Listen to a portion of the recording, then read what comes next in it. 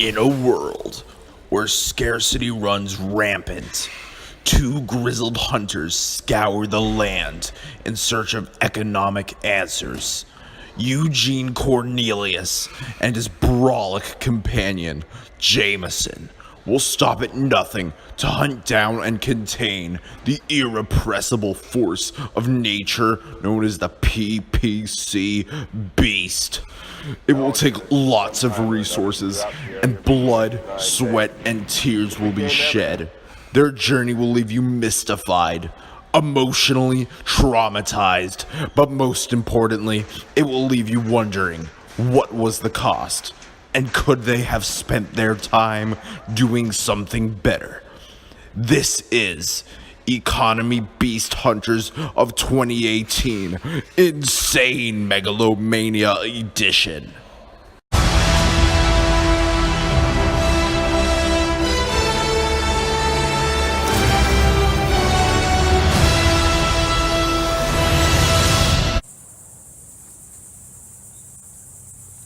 Hi mate, welcome to Economy Beast Hunters of 2018 Insane Megalomania Edition. I'm your host, Eugene Cornelius, here with my friend Jameson. My friends call me the Ripper. The Ripper. Yes, that's right. Today we're in the Democratic Republic of the Congo, searching for the elusive PPC Beast. PPC Beast, with a scientific name, Production's Possibility Curve. This beast, we've been looking for him for years, haven't seen him yet. He holds a small graph that gives insights on the economic state of a country. This PPC describes the production's efficiency of the country. Now, we will go and look for him, like we have been for years. Come on, maybe you guys can help.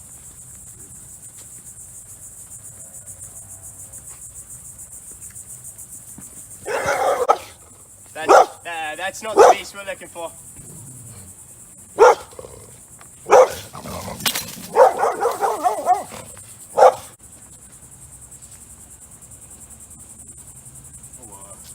Eugene, I think we forgot to show our viewers something. Oh yes, we forgot to show you what the PPC beast looks like. From the knowledge I've gathered, I think he looks about like this.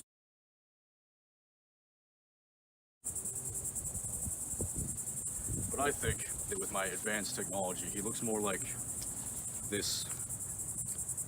Now again, you might not understand with a normal human brain, but this is a very advanced depiction of what he looks like, gathered from my sources. Transcends beyond your knowledge. Indeed.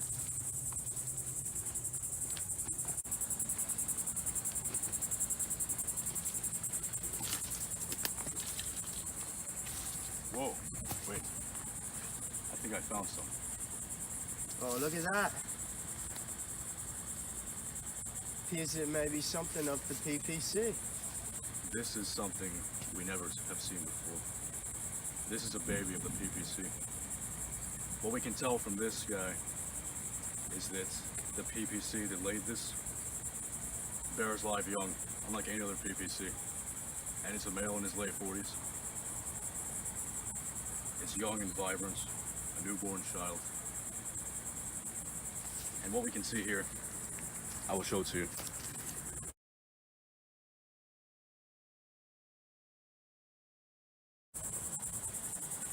All right, using our state-of-the-art technology, I've brought up a larger image here to help explain to you guys what this here is. Here we've got the PPC child that the mother or father, strange how the father PPC lays the young, but the father PPC has dropped. Right here we see what we believe to be as a very primitive rendition of the PPC with very little information. Hopefully throughout our journey we'll find more. Here it says capital goods, it appears, and consumer goods on the Y and X axis. Hopefully we'll gain more knowledge on those as our exploration continues. Let's keep going.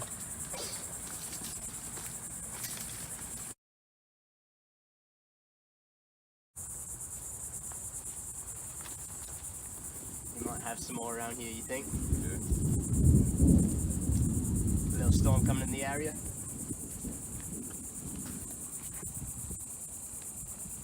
Well, that is quite a discovery. I think we just hit the mother loaded again.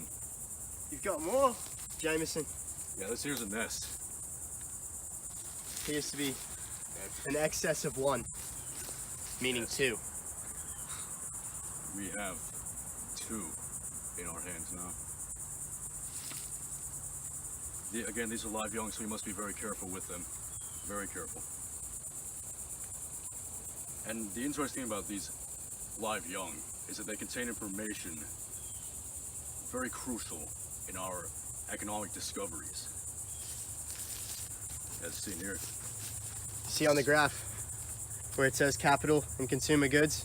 It appears as if on these two children, the same things are printed on the top with definitions. Indeed. Is how this happened? I don't know. It's all good to me though.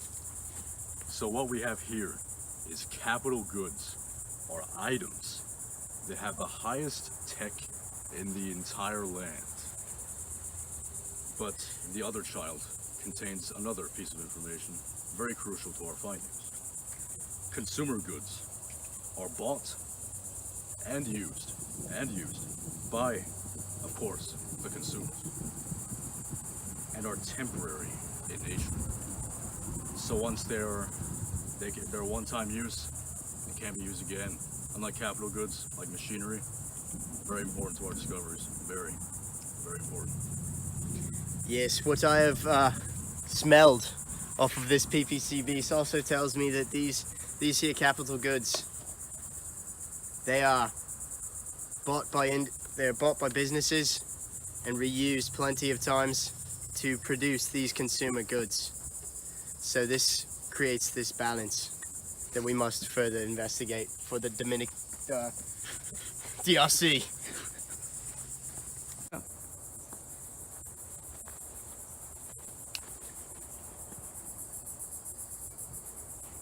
No way! Is that a PPC?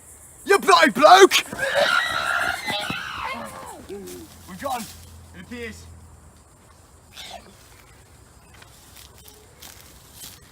Look at this, guys. I've ripped the completed Democratic Republic of the Congo PPC right off his flesh. And it appears as if he was mid-birth. Let's see what other insight he's got for us. Good job, Jameson. Strapped with the 42 Magnum in case he decides to make any sudden movements. You alive? Oh, it appears as if we may have put him in shock, but here's the live birth. Jameson, you want to come and help inspect me with this? Yeah. It appears he's tried to educate us on the opportunity cost. The definition he has here is what you must lose in order to receive.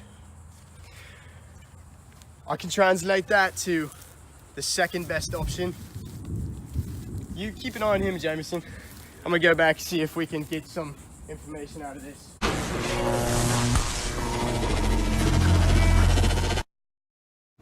Welcome viewers, fanatics, to the Economy Beast Hunters 2018 laboratory. This is it, our humble establishment. And this is where we're going to dissect the PPC beast, which we have straps in now. And we will find the new discoveries in economics. And we will answer the long time question, which is, what is a PPC? All right, guys, we're back in the lab here, as you can see. Freaking animal. Got the PPC beast and Jameson here controlling him. And here I'm gonna help you guys understand why the Democratic Republic of the Congo falls into point D on the PPC spectrum. We have just interrogated our PPC beast for several hours. We are now knowledgeable on all the content regarding the PPC. So here, you see all of these points along this line. Those represent productive efficiency, meaning that in this economy, at any of these points, it is at productive capacity. They are producing to the best of their means. Their resources are all being expended. It's just their choice where they expend them to. Now, if you remember early in the video, we explained to you consumer goods are goods that are consumed by the consumer. Redundant, I know, but they are typically one-time use and don't have much in producing other goods. Whereas these capital goods are oftentimes bought by industry and businesses, and they create goods. They create the consumer goods. They are machinery to produce, oftentimes, sometimes technology. All right, also if you remember, one of the PPC's live births was explaining opportunity cost, or somewhat explained it. What we got from that was the opportunity cost is the second best option. So in this economy of the Democratic Republic of the Congo, let's say they decide to produce at C. Here, if we do the dotted lines, very important, dotted lines are always necessary. You see they're producing 15 capital goods and 15 consumer goods. However, this doesn't work for it. It is productively efficient for the economy. However, it is not allocatively efficient. Allocative efficiency is when you are producing consumer and capital goods to the right proportion that your economy and people desire. So for the Democratic Republic of the Congo, they're a less developed country and they are developing or trying to slowly. So they need more consumer goods. Example, corn, crops, one-time use goods that they need to survive. They've got 5 or so capital goods, which would be their improvement in technology or infrastructure and overall machinery.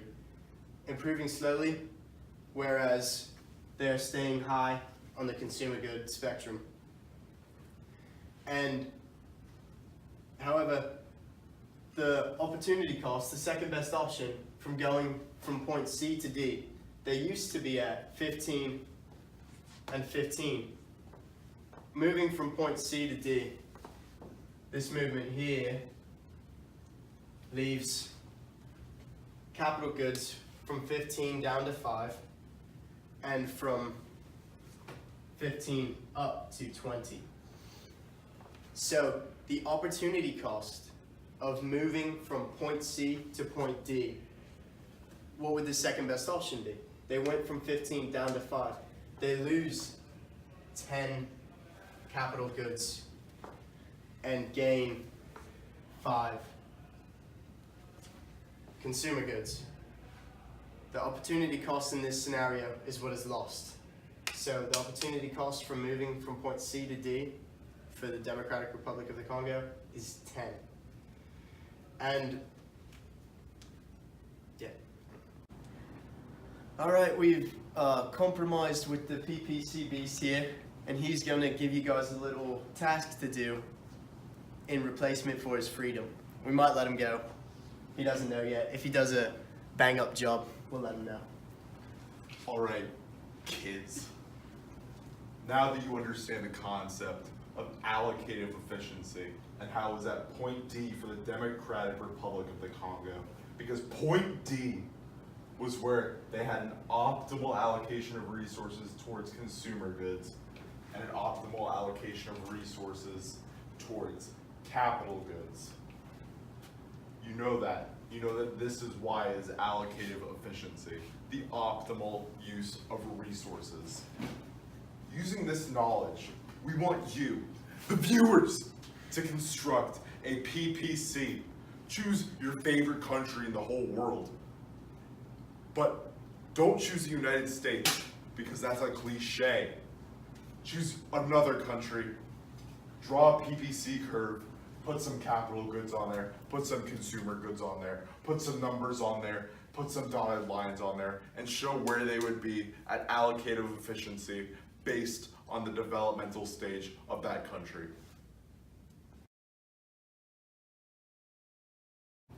All right, I had the beast tell you guys not to do the USA.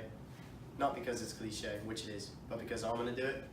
So, the PPC for the USA on the consumer goods and capital goods scale would be at point B. Why? Because we are classified as a more developed country. We tend to make more capital goods. You see a lot of businesses and factories using machinery to put out consumer goods. And we have a lot less agricultural demand, less farmers, more industry. So we fall in that 5 scale of consumer goods and around the 20 area capital goods. These numbers are adjustable. You use whatever numbers you like. We are milking information from the deepest depths of this here PPC beast.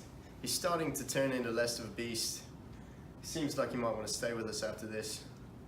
But here we've got an example, and he's going to get into it for us. All right. Well, you see, as of now, all we talked about is the PPC on a macroeconomic scale. So the PPC as it applies to countries as a whole. But we can look at this on a microeconomic scale as well. You see, we got hunting shirts and hunting backpacks. They're sick and they're all made of the same material. And you can buy them at Economy Beast Hunters of 2018 and Megalomania.com for some sick prices. 6 sweat resistant merch, just like you saw in the video. It's gonna be great. Shirt's sweat proof. Yeah. Yep.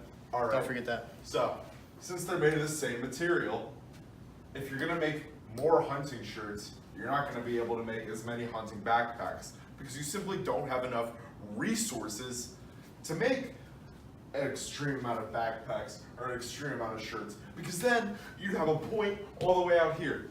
And you don't want that because you can't have that. You can't have those resources. You don't have enough for that. All right? So, now that we understand that, here's another concept to think about. A little brain tickler, if you will. You may wonder, I'm sure you are wondering, how come from A to B, this is such a narrow decline? It's not a very steep decline from A to B, but when you go from C to D and D to E, it's extremely steep. Think about it like this, all right? Say we got our people in charge of manufacturing shirts and our people in charge of manufacturing backpacks. If less laborers are going to be manufacturing backpacks, what laborers are we going to cut off? Are we going to get rid of our best laborers or our worst laborers? The first laborers to go are going to be the worst. So at the start, say around here, if we have our hunting shirts, we're going to at first get rid of people who are not very good at producing shirts. So we're not going to see a very steep decline. However, as we get down here, we got people like our boy Jim, who produces 10 shirts a minute. But we're going to have to get rid of him so we can produce more backpacks. And that is why it is more steep. All right, so what we have here, children and fanatics, is another PPC curve. Now this line here is productive efficiency, as you've heard before, which is where the economy is producing the right amount of consumer goods, the right amount of capital goods. Now, the interesting thing about this graph, unlike all others you've seen, is it's a shift right. Now, why would it shift right, and what's the significance? Well, the purpose of it shifting right is through better technology. The humans become equipped with robotics inside their body. Better workers, all of that, more workers. And you're able to produce overall more consumer goods and more capital goods in the economy overall. Now, in a different scenario, in case of a bad, negative thing, we have a shift left of the PPC curve. Now, why would it shift left exactly? It would shift left because of an earthquake, natural disaster. A country is not able to produce as much as it once used to. And that's definitely problematic for the country itself. Now, what we have here at this point X is underproduction. That means it's not an allocated efficiency. It's not producing as much as it could. Now what is here? Point Y is it is overproducing, producing beyond its capabilities. What it's unable to do, you just can't do that. It's impossible. I'm here for a last goodbye to all of you fanatics and children out there watching this at home. And we're signing off. Economy Beast Hunters of 2018. Insane Megalomania Edition.